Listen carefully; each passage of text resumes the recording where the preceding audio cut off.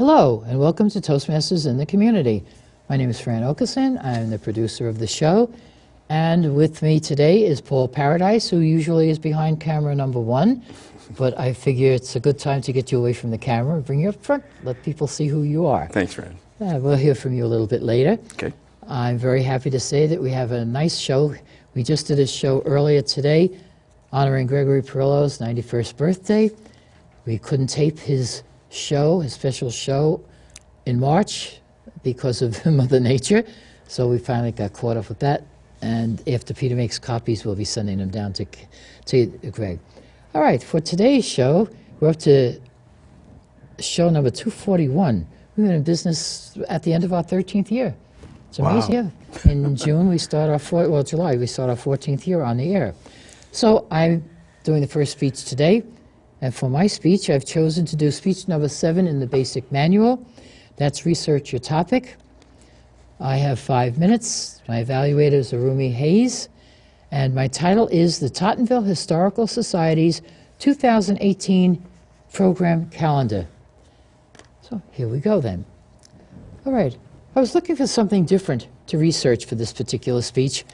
And I got this in the mail. I've been I think a charter member of the Tottenville Historical Society, and they sent out a program calendar, and I was very interested in a couple of the items that they have here, so I thought I'd share it with our television audience, and this way people can see whether they want to appear or not in the show. I'm looking at camera 2 here, please. Okay, so let's talk about these. Start in March, all right? So March 25th in the evening, more murder and mayhem on Staten Island. Excuse me, but I don't know who's clicking and why. I'm looking at the camera, but I have to read oh, all right. They're playing with camera 1 now. I thought since you weren't behind camera 1, they wouldn't make me keep moving around. All right.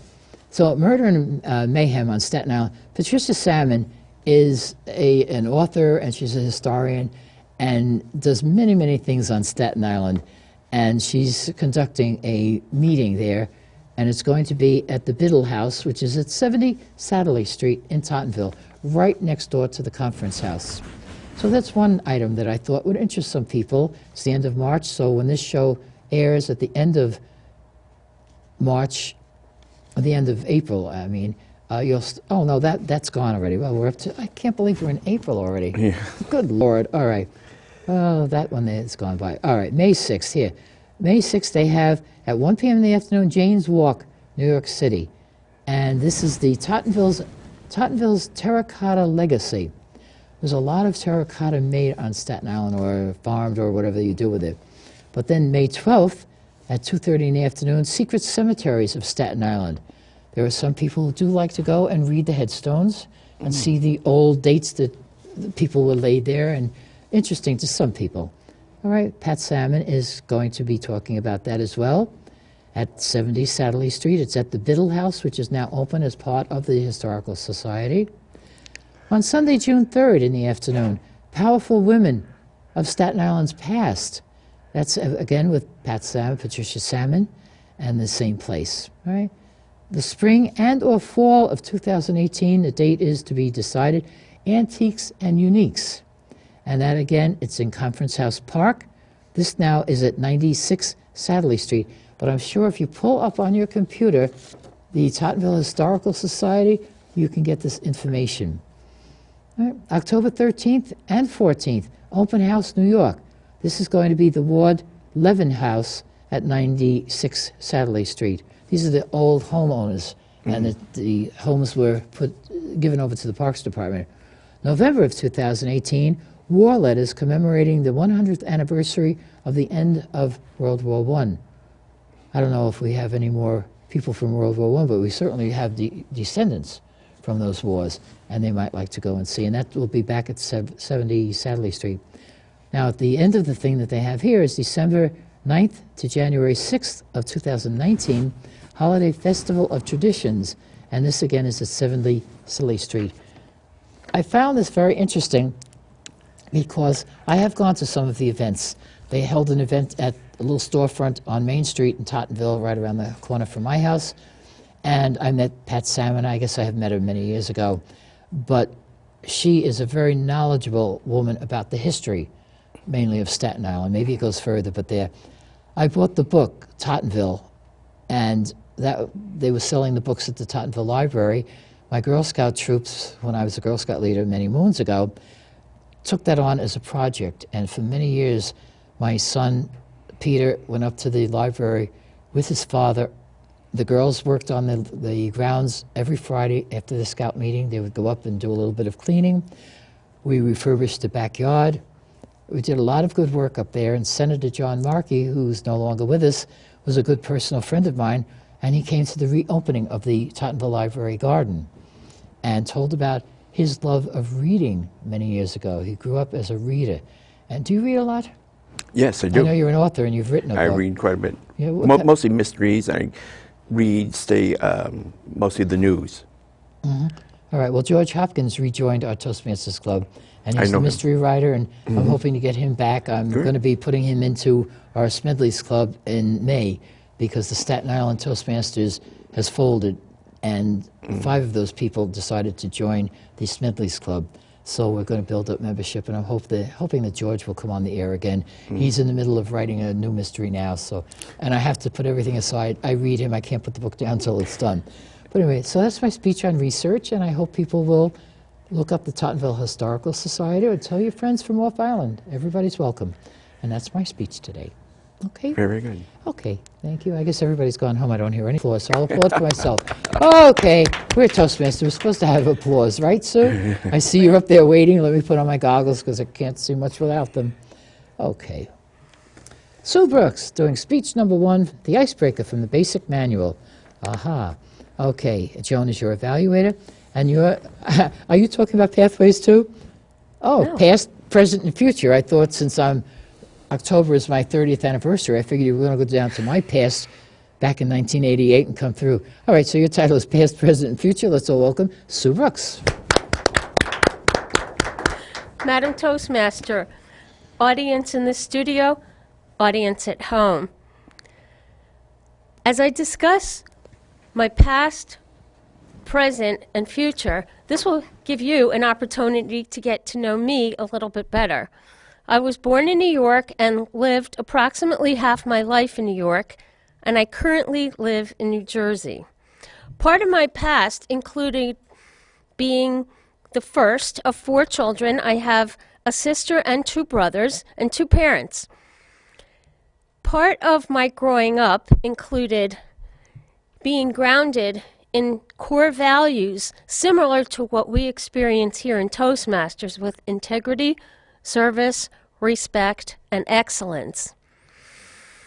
We enjoyed a love of the outdoors and were encouraged to do our best. We weren't always going to get that trophy. We weren't always going to come out on top, but we should try our best.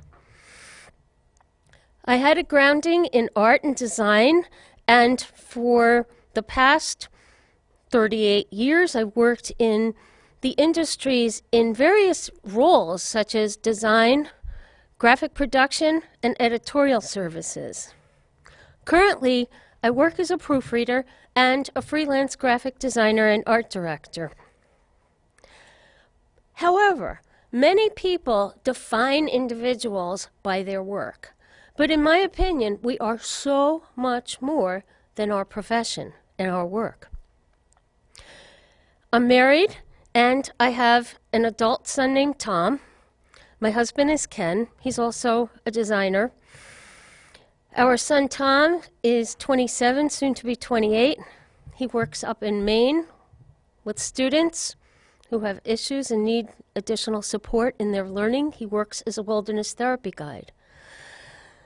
Continuing our love of outdoors, I enjoy spending time walking and being outdoors away from my computer as much as possible.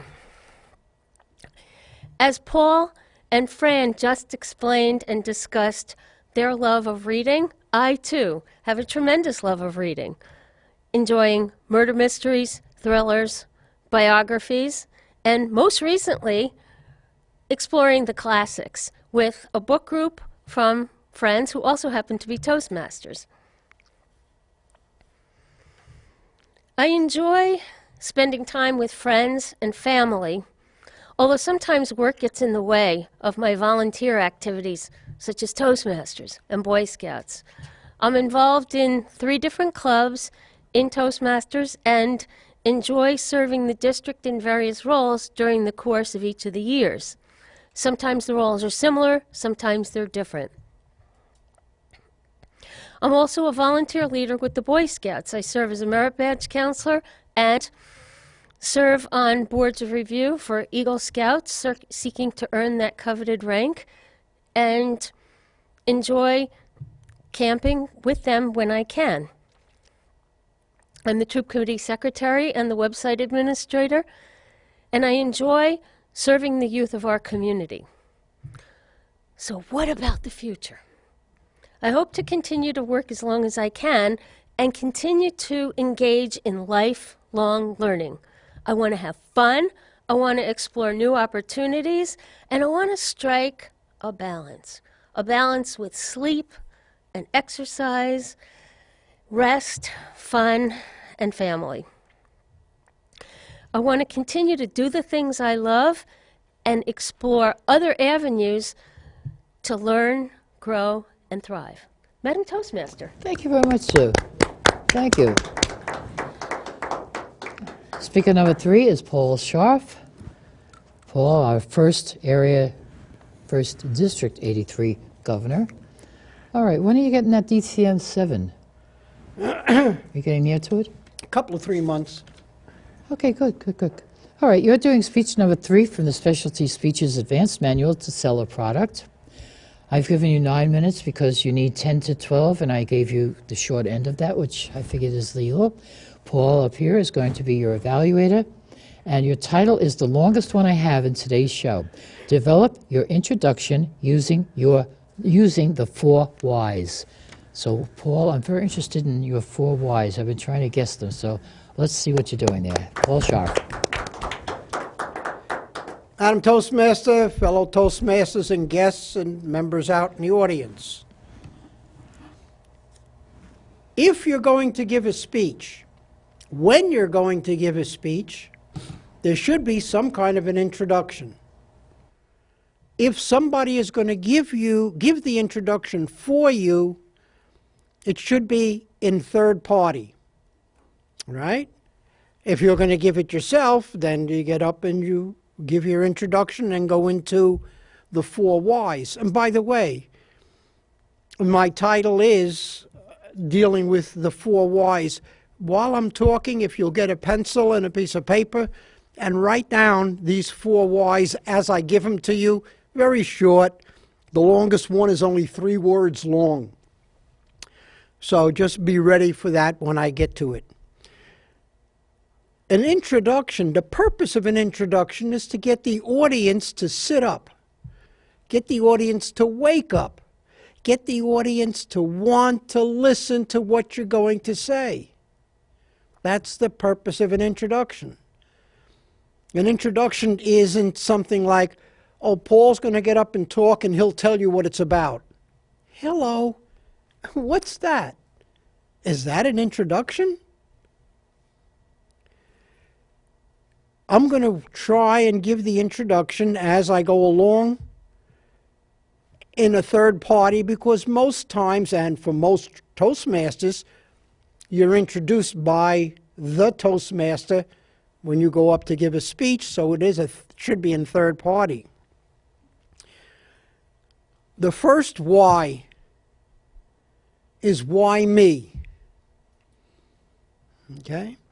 And when you write that, you're going to say something about yourself, third party, and the Toastmaster is going to repeat it or say it to the audience.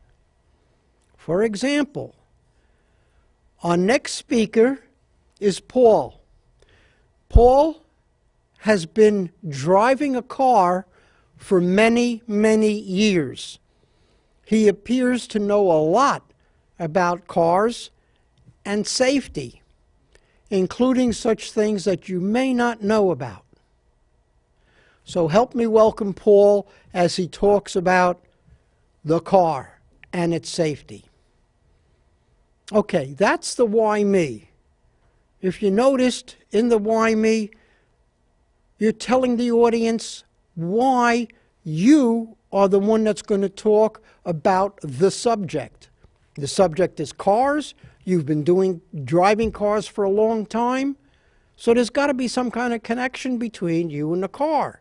So the audience already is thinking, maybe he knows something about cars. And when we talk about cars, we do talk about safety, or in this presentation I'll be talking about safety of the lights. Safety of the lights. Do you know if your backup lights are working? When was the last time you checked them? Do you know if both signal lights are working? Usually when a signal light is out, you'll see something on the dashboard, but what if not? How about something like the light over the license plate? By law, there has to be a light over the license plate, especially at night. You can be stopped and given a ticket if you don't have a light working on your license plate. When was the last time you checked it? So, Paul is going to come up and he's going to talk about the second why. 3 words. Why this subject? Why is Paul going to talk about this subject? The reason he's going to talk about this subject is because it's something that involves just about every one of you. And just about every single day you're in a car. And is your car safe as far as the lights go? At night, are both headlights on? You could probably tell that. It's a shame that at least in New Jersey, I know for a fact, they don't check the lineup of the lights. But do you know if your lights are lined up properly? Do you know if they're both facing the right way? Or is one way up here and the other one way down there, which doesn't do a darn bit of good when you're riding down a dark road? Are your lights properly set? Again, I talked about the brake lights, the turn signals, the light over the license plate. So the purpose of checking your lights is very important. And let me ask you, when was the last time you did it? When was the last time you checked on your lights? An easy way to check the brake lights is if you're parked just in front of your garage door and step on your brakes. You could see the lights lit up on the garage door. If you're parked close to a car behind you and you step on your brakes, you could probably see the lights lit. The third why. Why the audience? Why the audience? Why am I going to talk about cars, or why is Paul going to talk about cars to you, the audience? Why? Because you're going to get in a car in probably an hour or 2 hours or 3 hours, and you're going to drive somewhere. You may even be driving at night. Are your lights working properly? Are they really? Can you swear to it? I'm not sure, unless you've recently checked.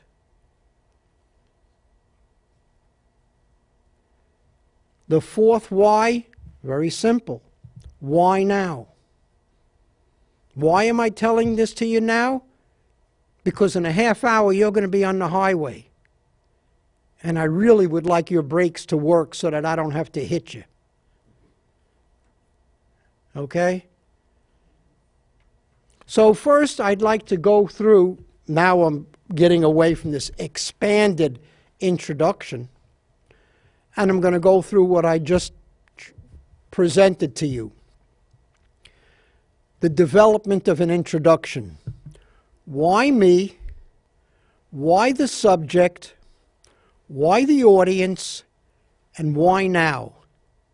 And if you do it in third party, or when you do it in third party, it should be short. You're not giving a whole speech. If this is done properly, it's probably 4, 5, or 6 sentences, and you're done. And in between that time, or during that time, the audience is going to wake up, sit up, and say, I got to listen to this person. So the next person I'm going to introduce is Paul Scharf. Paul's been driving cars for many, many years.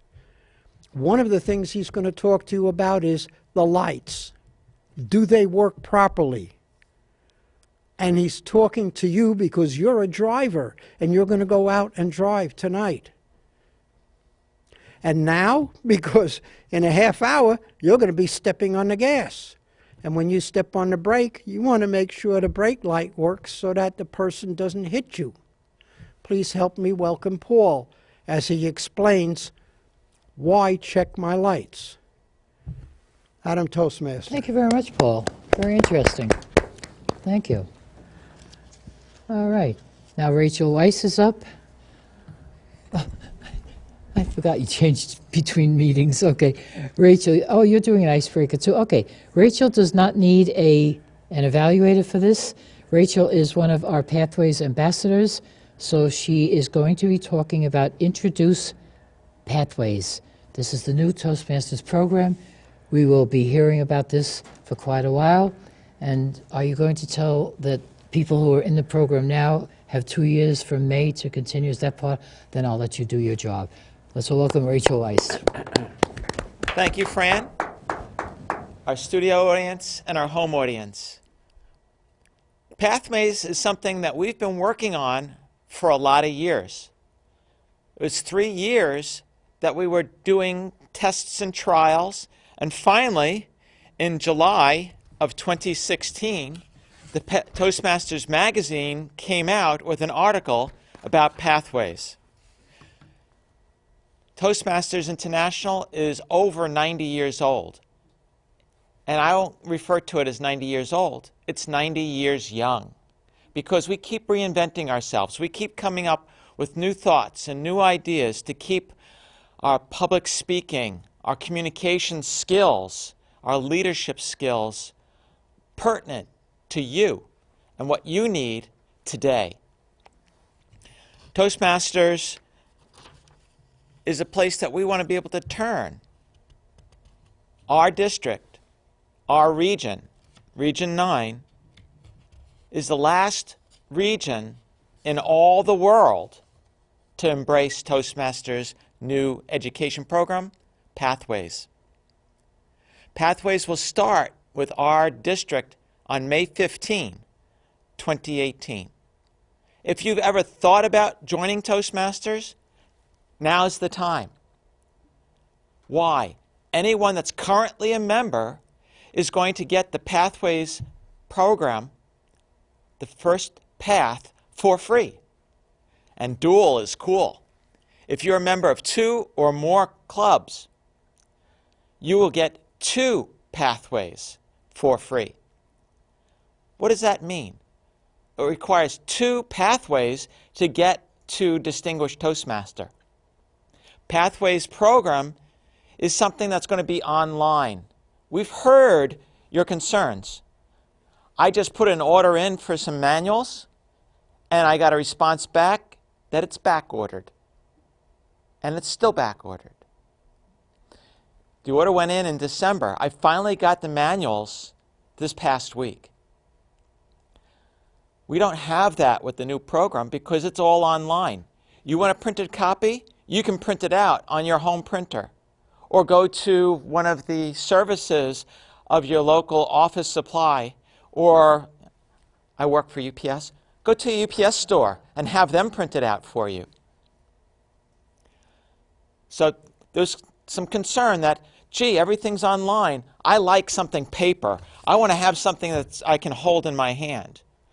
Well, get ready for Pathways. If you're already a Toastmaster, log in. Make sure that your account is active on the Toastmasters.org website. Make sure that you can get in there. There's a new tab at the top. Second tab over from the left says Pathways. Click on that. Frequently asked questions, information, connections to YouTubes, connections to education, and all of the background and process so that you understand what Pathways is. Pathways, right now, there are 10 paths, and more paths are being added. But we're starting out with 10 paths. Those paths are relevant to us today. Dynamic leadership, effective coaching, innovative planning, leadership development, motivational strategies, persuasive influence, presentation mastery, strategic relationships, team collaboration, and visionary communication. That's just 10. I know of another 3 that will be added within the next year or 2. It's relevant. It's pertinent. You say, how is this different than what we're currently doing? You're getting immediate feedback from evaluations in a meeting like this. But there's more to it. Today, you've got a manual. It gives you some objectives, and you go in through and you try and form a speech to match those objectives. In Pathways, you're going to evaluate and assess where you are right now. You're going to evaluate and assess what it is that you need to do better or do differently. And the speeches are geared right along each of those paths. There are 5 levels, 5 learning levels.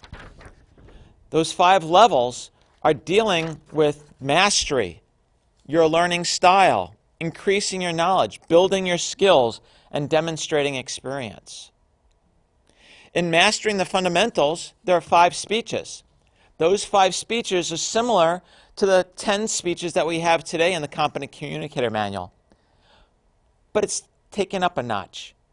I like spiral learning, where we continue to grow and improve.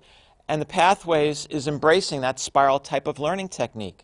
So you're going to give a speech, you're going to get an evaluation, and now the next project is taking that evaluation and that first speech and improving it, taking that feedback and putting it into the speech, and then give the speech again. So now we're going to have heard the first speech, and now we're going to hear you say that speech again and get reevaluated to see how well you've progressed. Toastmasters hasn't thrown everything away. All the good that we have in our current program is still there. We've just rearranged it a little bit. So instead of 2 parallel tracks, there are now multiple parallel tracks. And so you're developing yourself on a lot of different facets, a lot of different levels and layers. Like a diamond, you're going to shine. I look forward to you joining me on the pathway to success, on the pathway to being an excellent speaker, an excellent leader. Learn more. Go to Toastmasters.org, or you can contact me or someone from our team. We'd be happy to give you more information and allow you to start your path with our guidance. Thank you very much, Rachel. It sounds frightening, interesting. Yes. We at Mile Square had our representative give a path presentation just last week. So we're just getting involved in path. Cindy Wilson's coming to Staten Island for our April and May Smedley's meetings to go over it in 2 sessions. Great. So we'll see. Hello, Linda. I don't know. How do you like what you just heard? Are you ready for it? It sounds very interesting. I look forward to checking it out. See, I've been in almost 30 years, so I still think it's the basic manual instead of the CC, Competent Communicator. Right. It's a CTM manual. Yeah. So it takes a long time to get those old things out. Oh, we'll see. Okay. Linda, you're doing speech number 3 to get to the point. 5 minutes. Sue Brooks is your evaluator. And I do like your title because I'm getting near to the point where I'm thinking about what you're talking about. The New York State law, the New York State end-of-life planning. Yes, please tell me what I have to do for this. I'm very interested in this speech, and I'm glad Mother Nature didn't rain on our parade today. Let's all welcome Linda Isaacs. My mother passed away in January. She was 95. She was frail and tired of being frail. She had lost a little bit of her cognitive abilities. She was by no means overtly demented, but she had been a brilliant woman. She was frustrated. She missed the people that had gone before her, and she was ready to go. But in my sadness about all of this and the fact that I miss her, one regret that I don't have to look back and wonder whether the medical treatment that she got was what she would have wanted, because she was very clear and very unambiguous about what it is that she wanted to have happen in terms of medical treatment. She had done her paperwork. The 2 pieces of paperwork that she had done, one is called a living will, and that just states whether a person would want to have a ventilator or to have their heart restarted if it stops. Really, in a way, the choice is between an intervention versus just letting the natural process of death occur. And the second thing that she filled out, which is equally, if not, in my opinion, more valuable, is that she completed a medical proxy. What that meant was that she gave me the authority to speak if she was unable to speak for herself. There are many situations that a living will really doesn't cover. The living will is about very extreme things, but a lot of more incidental things a living will isn't going to take care of, and that's where a medical proxy can speak if a patient is comatose or for whatever reason unable to speak for themselves. Now, New York State, in its infinite wisdom and desire apparently to increase bureaucracy, from my point of view, has created a particular form. It's called the Medical Orders for Life-Sustaining Treatment, and it's something that can be completed with a physician. The physician signs off on it, but it's based on what the patient's wishes are about a number of different circumstances. The advantage of the form is that it's transferable. In other words, if you have it at home on your refrigerator, the EMS people that come to take you to the hospital will pick up the form and take it with you. The ambulance people, the emergency room people will all know what your wishes are and respect those wishes. So it helps to cut down on some of the transfer of information problems that can develop.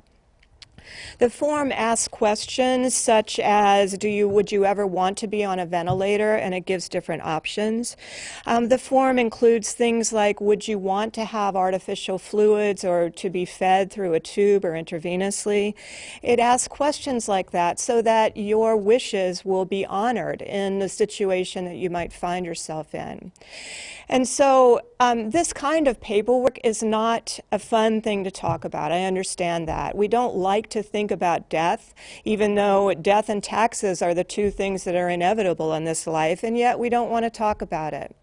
But the trouble with not doing this type of work, this type of information, or completing this type of form, is that in the extreme moment, your loved ones not only will be upset about the fact that you are in a terrible situation, but they won't know what you wanted.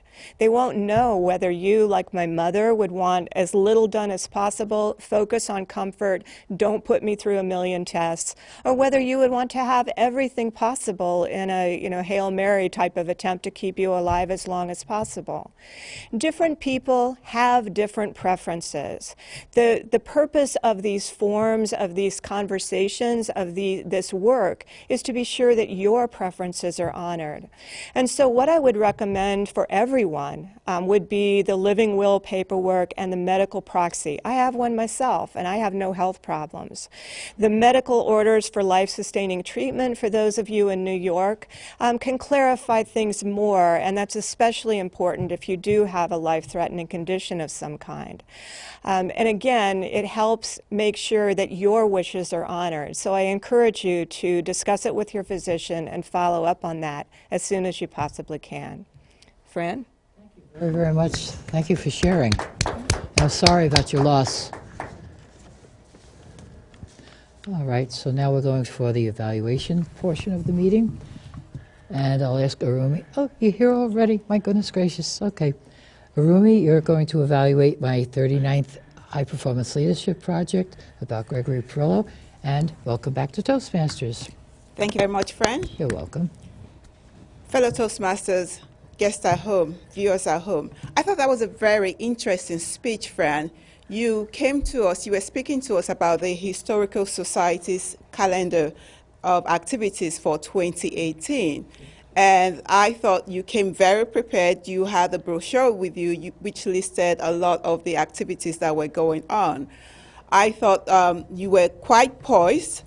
I felt that when you went into your experience, after you gave a list of all the activities going on, and then you shared some of your personal anecdotes about your experience as a Girl Guide, I thought that also brought us further into the speech, into the activities that you were talking about.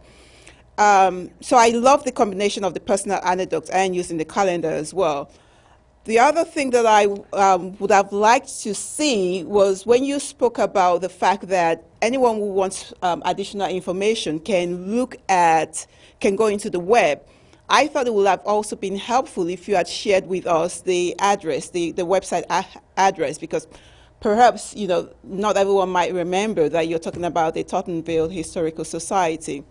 In addition, I had a little bit of confusion when you switched roles. There was a moment in which you were interacting with your co-host, Paul, and so it was obvious that that wasn't part of the speech, and then you went back into the speech. So I thought, whereas it's good to be interactive, we do want to keep engaged in what your message is. I wanted to know the why of why you were telling us this. It was interesting to hear about the cemetery.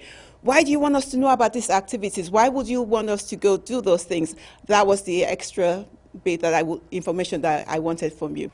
Madam Toastmaster. Thank you very much. And please return my manual before you leave the building. Thank you very much. Okay. All right. Now, some people do like to do certain things that other people just stay away from. Interesting point of view, though. Suze of Joan. Oh, you're back up here again. Maybe you could get the manual from Arumi. At least you're on Staten Island, okay? All right, Joan, you're evaluating past, present, and future for Sue Brooks. So welcome, Joan Marizio again. This is very interesting. This was like the spoken resume. She had so many good things to tell us about herself.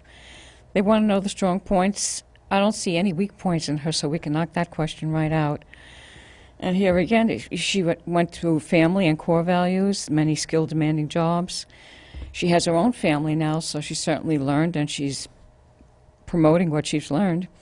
And fun aside from work, from indoors to outdoors, because she seems like a very outdoorsy person. Yes, it did reflect adequate preparation. She talked clearly and audibly. She had a definite opening, body, and conclusion. There were no notes, and I don't think she could have improved the speech differently, except maybe hand out the actual spoken resume as a written resume to the rest of us. And what did I like about the presentation? Everything. Sue always does everything to the T. She's just perfect, in all caps. Thank you very much, Joan. Now, Paul, I see you have been writing a book over there for Paul Sharp, and this is Paul Paradise. I don't know what you were doing over there, Okay. but we're bound to hear it. I took a lot of notes. You did. All right, so you're on now evaluating Paul's speech about why. Okay. Well, Paul gave a wonderful speech, and he was preparing an evaluation guide to sell a product. And what was wonderful about his speech was its simplicity. The title was Developing the 4 Whys, And he had 4 whys, which were basically why me, why this subject, why this audience, and why now. And this was basically incorporated into the introduction for the sales pitch. And why me was the person's expertise for delivering the topic. Why this subject, and which was meant to be for everyone in the audience. And why this audience? Well, just think in that in a little while, and the example he used was for a light over the license, so that people could read your license. And why now? Because in a half hour you would probably be on the road. And he made it simple, and he made it inclusive, and the idea was to get everyone's attention right away and get them interested in the product. So I thought this was wonderful. It was very, very simple, and it would get everyone involved. The only area that was a little confusing to me was because he brought in the idea of a brake light. So I never really kind of understood exactly what the product was, because he didn't specify that at the beginning. But that was okay, because that was not really what was called. It was supposed to be an evaluation guide. And other than that, I thought he gave a wonderful, precise example. Very good, Paul. Thank you. He would have made a very nice teacher, wouldn't he? Thank you. Okay.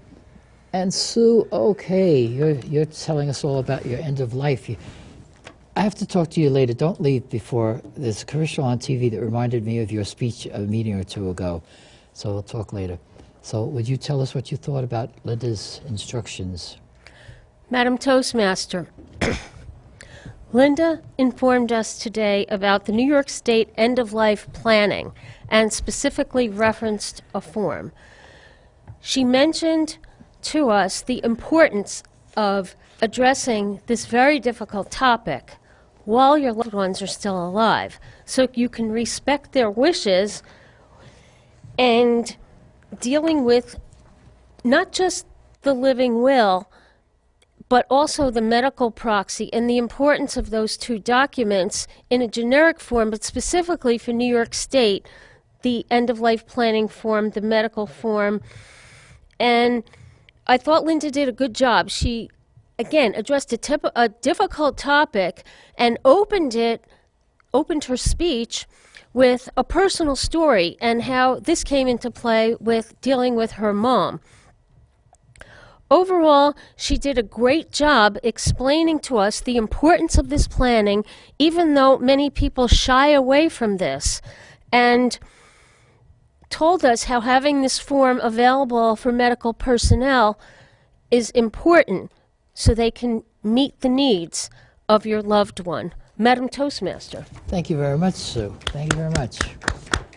And now we're going into table topics, and I'm not sticking to the script here because some people I have to move some timers around, and we're missing a speaker.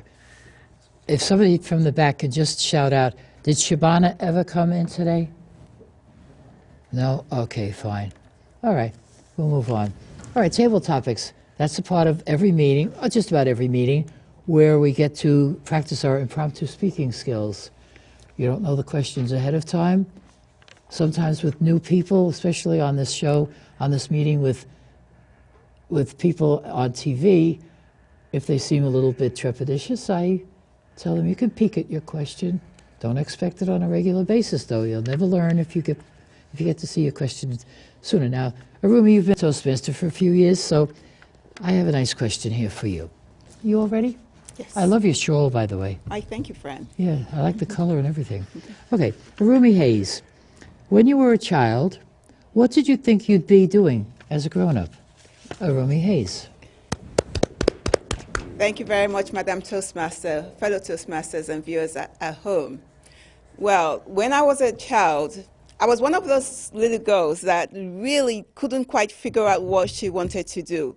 But what I know is that what was not on my list whatsoever is the fact that I would turn out to be an accountant. I am now a certified public accountant, and growing up in school, mathematics was not one of my favorite subjects. And even though I did it well in school, it wasn't on my radar. Most of my siblings had an idea of what they wanted to do. Some of them wanted to be lawyers, a medical doctor. I just know that I knew, rather, that I wanted to be successful at whatever I wanted to do. The one thing that was on my radar that I knew I absolutely had to do was travel the world. My mom used to take us traveling. She started taking us traveling as a little girl, and that was something that I still do today. Madam Toastmaster. Thank you very much, Hiromi. Thank you. Very nice. All right. Now I'm going to drop down to somebody who has to run home, and I think I'm doing this correctly. All right. No, I'm going to go to Linda Isaacs. No, let me go to Neha. Neha, are you up? All right, Linda, stay there. You have a short question. Okay. It's funny. I get everything worked out, and then people have to leave early and stuff, and I switch things around. Oh, this is such an easy question for you, Linda. Linda, how should leisure time be spent? Linda Isaacs. How is my leisure time spent? or How it should be? leisure time? That's the way I read it, so that's the way you have to answer. Change it if you wish. Well, I think ideally leisure time would be spent reinvigorating oneself so you can go back to work.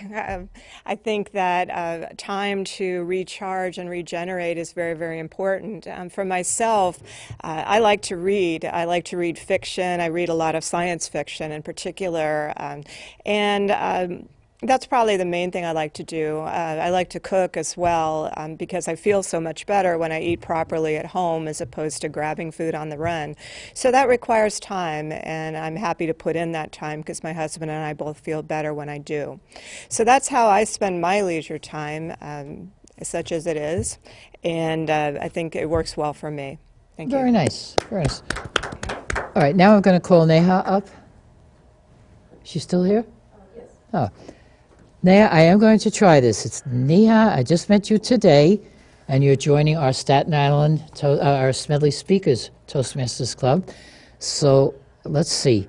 The first is so easy. Awatsi. Awatsi? Is that? Oh. No, this is Neha wanted to leave early. Okay. Yes. Okay. Thank you, Fran. Did I say it right? Awatsi. It's Awasti. I'll get used to it. I promise you. Okay. Okay. And your question is, what have you learned from the oldest person you know? Let's all Thank you. welcome Neha. Thank you, everyone. So let me begin by giving a brief introduction about me. As Fran said, my name is Neha, and I'm originally from India, but I have been in the United States of America for a very long time. So I've spent majority of my life here in Staten Island, actually. I have been living here for 20 years now. And I have been married to a wonderful man who I have known since 5th grade. And we recently had our first baby, who is about 6 months old. And he's very adorable. So let me just address Fran's question. So what have I learned from the oldest person from my life? When you ask me this question, the first person that comes to my mind is my mother. And from her, I have learned that hard work always pays off. And second thing I have learned from her is to have a positive outlook towards life. My mom is very full of life, and she has always taught me that life is beautiful, and there's a solution for all the problems. So always have a positive outlook towards life and work hard, and you'll be fine. That's all. Thank you. Rishi. Very nice. Good luck with him. Thank you. Raise him well.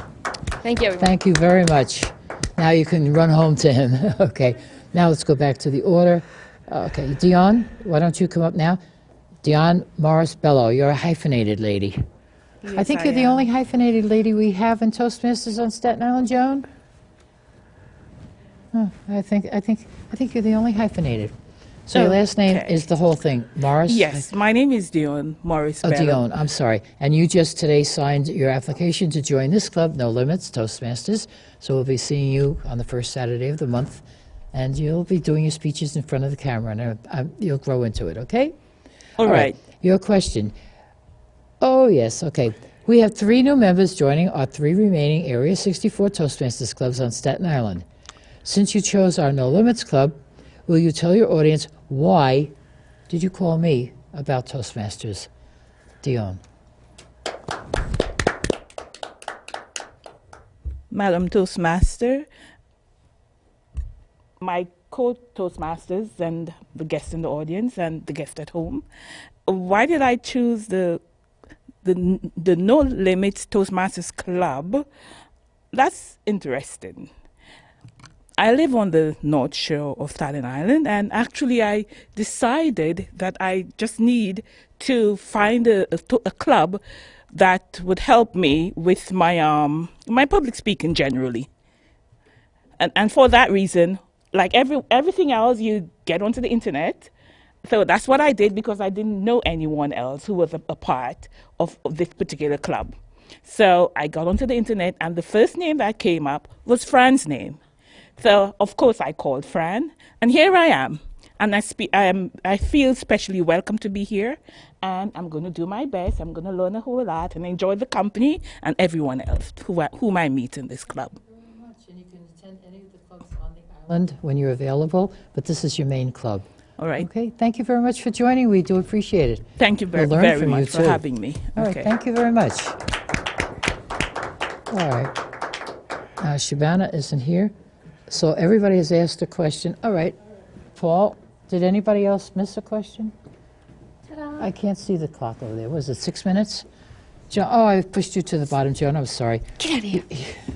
Well, I gave you a box of matzahs today because you said you forgot to buy them. And Happiness and matzahs. so Thank you. sometimes you have to take the good with the bad, right? She said, Yeah, oh, I no never got bad. my matzahs this year. And you don't have to be Jewish to enjoy matzahs. That's one thing right. I've learned many, many years ago. Matzah All right, brie. Try matzah Joan, brie. okay. Oh, I like your question. Okay. It's a good thing I do since I create them, right?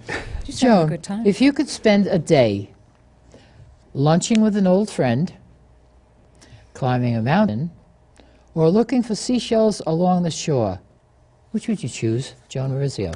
I like that She's question. right. That is a good question, fellow Toastmasters and listeners and everybody out there. I would lunch with an old friend. There's a friend I haven't seen in over 2 years. She goes outdoors, and it makes her sick. There are people that can actually smell the stuff that's going on out there. But anyway, I'd love to be somewhere indoors with her, having a nice long lunch, and that's the way we were when we got together, 2-3 hours. And boy, we thought it was only 30 minutes. But I miss her. I know she knows that. She appreciates the fact that I still send cards and we call one another. So we're still friends, just that I can't see her in person anymore. So, Fran, I want to thank you for that great question. I would rather not climb a mountain or collect seashells. I want to see my friend again. But thank you. That was wonderful. That's what I do when the Yankees are having a commercial. I make up questions. She got in we my have head. a couple of minutes, Paul. I'm going to ask you a question. Okay. And I have this whole list from one of my youth leadership programs. I did a lot of them. So these were geared for high school kids. All right. But you've been there. All right. Okay, hang on. I had to go there. Oh, Paul, would you just tell us very, very briefly, and watch the time, what your favorite holiday memory is? My favorite holiday memory. Okay. Well, as you know, maybe you don't know, I was born on the 4th of July. Oh, you did mention that a few meetings Yeah. ago. Oh, go ahead. All right, watch the So camera. one though. of the favorite holiday memories I had was when I was married, and I was a member of the New York Health and Racquet Club. So they have a yacht that went out on the 4th of July, and the yacht went very close to where the fireworks were going on. We were very near the barge, so we actually got a close-up view of the fireworks going off, and that was very special because it was almost like invitation only, and that was one of the nicest birthdays I ever had. Good for you. Good Yeah. for you. That's coming up a couple of weeks before mine. Would anyone from our studio audience want to just run up very quickly? I see 3 minutes on the clock. Just tell me who you... Rachel. Thank you, Rachel. Rachel, when should we say no? Rachel Weiss. She's asking someone that has a hard time saying no, when should we say no? We need to be able to balance between our needs and the needs of others. The context that always is being sent to me is when you're on an airplane and the masks fall because there's a loss in cabin pressure, put your own mask on first and then help others. When should we say no? When we're being stretched so thin that we need to be able to have a break and get some rest. We need to be able to take care of ourselves so we'll be there for others. When should we say no? When we need to be able to rejuvenate ourselves, to be able to help others. You always step right up to it, don't you? I can't mess you up at all, but thank you anyway. You're welcome. All right, do I have another guinea pig coming up from the audience? I think that's everyone from the audience. Would someone please help me out? We have 2 minutes and 24 seconds. Well, do you have any questions about pathways? That'll be coming. You want to answer another question? Not about pathways. Paul Scharf is coming up. Oh, okay. Come on, Paul. Hurry up. I'm hurrying. You are the grouchiest past district governor we have. Where's your jacket, Paul? This television. You told me to hurry. Paul, I what was only your- got partially dressed. And that's on. All right, thank you, Paul. Paul, tell us about your biggest surprise, Paul Scharf. My biggest surprise? One of my surprises, it wasn't the biggest one, but it was a surprise when you came up to me many, many, many years ago. What? Go ahead, Paul. And talking about where's my jacket, Oh, yeah. telling me about my dress code. I was very comfortable in shorts, You look like a but slob. you didn't like me in shorts. No, I didn't. So you said blah, blah, blah, blah.